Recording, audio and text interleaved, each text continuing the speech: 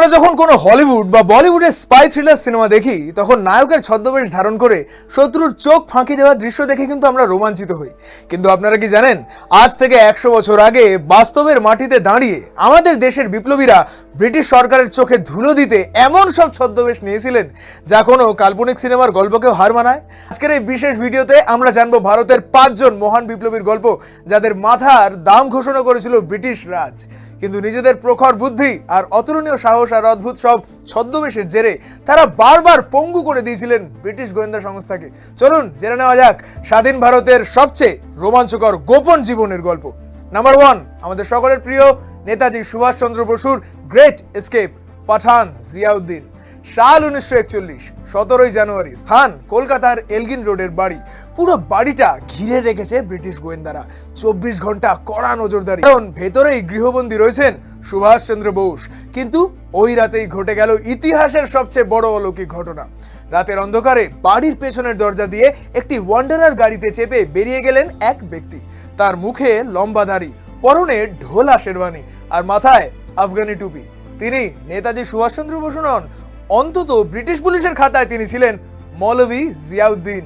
বোবা ও বধিরের অভিনয় করে পেশোয়ার পর্যন্ত ট্রেন যাত্রা করেন, সেখান থেকে হেঁটে ও খচ্চরের পিঠে চেপে কাবুল সীমান্ত অতিক্রম করেন। ব্রিটিশ পুলিশ যখন ভেবেছিল সুভাষচন্দ্র বোস ঘরেই ঘুমোচ্ছেন, ততক্ষণে তিনি জিয়াউদ্দিন সেজে কাবুল পৌঁছে গেছেন। পরবর্তীতে ইতালীয় নাগরিক কাউন্ট অরল্যান্ডো মাজোত্তা এই ছদ্মবেশ নিয়ে তিনি রাশিয়া হয়ে জার্মানি পৌঁছান, আর এটিই ছিল ইতিহাসের অন্যতম সেরা the great escape. Number 2, Chandrashekhar আজাদের হরিহর বাবা, দি সাধু অফ ঝাঁসি। 1925 সালের কাকরি ট্রেন ডাকাতির কথা মনে আছে?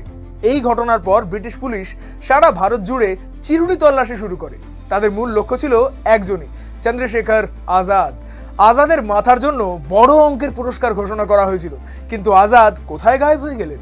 তিনি চলে যান উত্তরপ্রদেশের ঝাঁসির কাছে ওরছা নামক এক জঙ্গলে, নদীর পাড়ে অবস্থিত এক ছোট মন্দিরে। সেখানে তিনি নিজের নাম বদলে ফেলেন, নতুন নাম হরিহর বাবা। তিনি গায়ে ছাই মেখে মাথায় জটাজুটো বানিয়ে পুরো দস্তুর সাধু সেজে মন্দিরে থাকা শুরু করেন।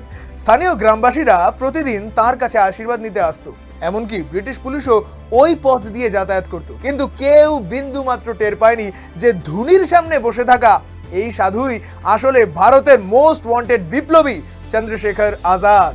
এখানেই তিনি বিপ্লবীদের জন্য গোপন অস্ত্রের প্রশিক্ষণও দিতেন। নাম্বার 3, রাসবিহারী বসুর P.N. Tagore, the mastermind in Japan.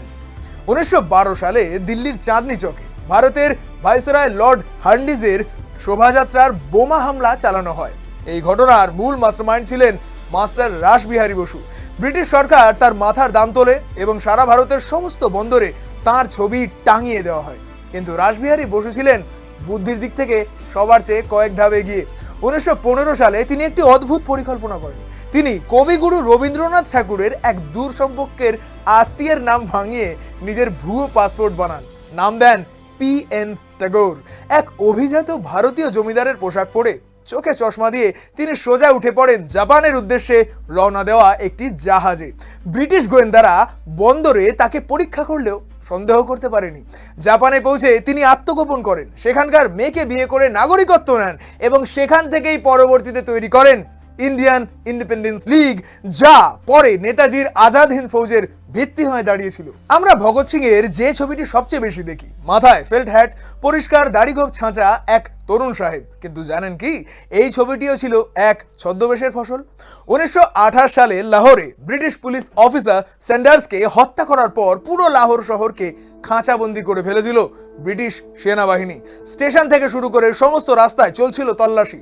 তখন ভগৎ সিং তার শিখ ঐতিহ্যের দীর্ঘ চুল ও দাড়ি কেটে ফেলেন, যা তার জন্য অত্যন্ত আবেগঘন এক সিদ্ধান্ত ছিল। তিনি এক ধনী ওয়েস্টার্ন সাহেবের রূপ নেন। সাথে ছিলেন বিপ্লবী দুর্গাবতী দেবী, যিনি ভগৎ সিং এর স্ত্রীর অভিনয় করেন। কোলে ছিল একটি ছোট্ট বাচ্চা। ব্রিটিশ পুলিশ যখন স্টেশনে শিখ বিপ্লবীদের খুঁজছিল, তখন তাদের নাকের সামনে দিয়েই এক অ্যাংলো ইন্ডিয়ান দম্পতির মতন বেশ ধরে ফার্স্ট ক্লাস টিকিটে করে লাহোর থেকে বেরিয়ে যান ভগৎ সিং। এই ছদ্মবেশ না হলে হয়তো স্যান্ডার্স হত্যার পরদিনই তিনি ধরা পড়ে যেতেন। 5, মাস্টারদা সূর্য সেনের কৃষক ও সাধু, দি লেজেন্ড অফ চিটাগং। 1930 সালের 18 এপ্রিল চট্টগ্রাম অস্ত্রাগার লুণ্ঠন করে ব্রিটিশ শাসনকে স্তব্ধ করে দিয়েছিলেন মাস্টারদা সূর্য সেন। এরপর শুরু হয় ব্রিটিশদের নারকীয় প্রতিশোধ। চট্টগ্রামের পাহাড় ও জঙ্গল ঘিরে ফেলা হয়, কিন্তু মাস্টারদাকে ধরা এত সহজ ছিল না। তিনি দীর্ঘ প্রায় 3 বছর ধরে গ্রামের পর গ্রামে ছদ্মবেশে ঘুরে বেরিয়েছেন। কখনো তিনি একজন দরিদ্র কৃষক, মাথায় মাথাল আর হাতে কাস্তে নিয়ে মাঠে ধান কাটছেন, আর পাশে দাঁড়িয়ে থাকা ব্রিটিশ পুলিশ তাকে চিনতেও পারছে না। কখনো তিনি একজন ঘুরে বেড়ানো বাউল, কখনো বা সাধারণ গৃহশিক্ষক। গ্রামের সাধারণ মানুষের ঘরে তিনি এমনভাবে মিশে যেতেন না যে 1000 টাকার পুরস্কারের লোভ সত্ত্বেও গ্রামের মানুষ তাকে ব্রিটিশদের হাতে তুলে দেয়নি। মাস্টারদার এই ছদ্মবেশের পেছনে ছিল সাধারণ মানুষের ভালোবাসা। আমাদের কাছে স্বাধীনতা কেবল কতগুলি ঐতিহাসিক লড়াইয়ের গল্প নয়, এর পেছনে রয়েছে বীরদের প্রখর বুদ্ধিমত্তা, মানসিক শক্তি আর প্রতি মুহূর্তে মৃত্যুর মুখোমুখি হয়েও ছদ্মবেশে বেঁচে থাকার আত্মত্যাগ। তারা সেদিন নিজেদের পরিচয় বিসর্জন দিয়েছিলেন বলেই আজ আমরা স্বাধীনভাবে নিজেদের পরিচয় দিতে পারছি। এই 5 জন বিপ্লবীদের মধ্যে কার ছদ্মবেশ ও কার পালিয়ে যাওয়ার ঘটনাটি আপনাকে সবচেয়ে বেশি ইন্টারেস্টিং করে তুলছে? নিজে কমেন্ট করে অবশ্যই জানান। আর এই ভিডিওটি ভালো লেগে থাকলে লাইক করুন, শেয়ার করুন এবং ফলো করুন আরোহী নিউজ বাংলাকে। আপনাদের সবাইকে জানাই শুভ স্বাধীনতা দিবস।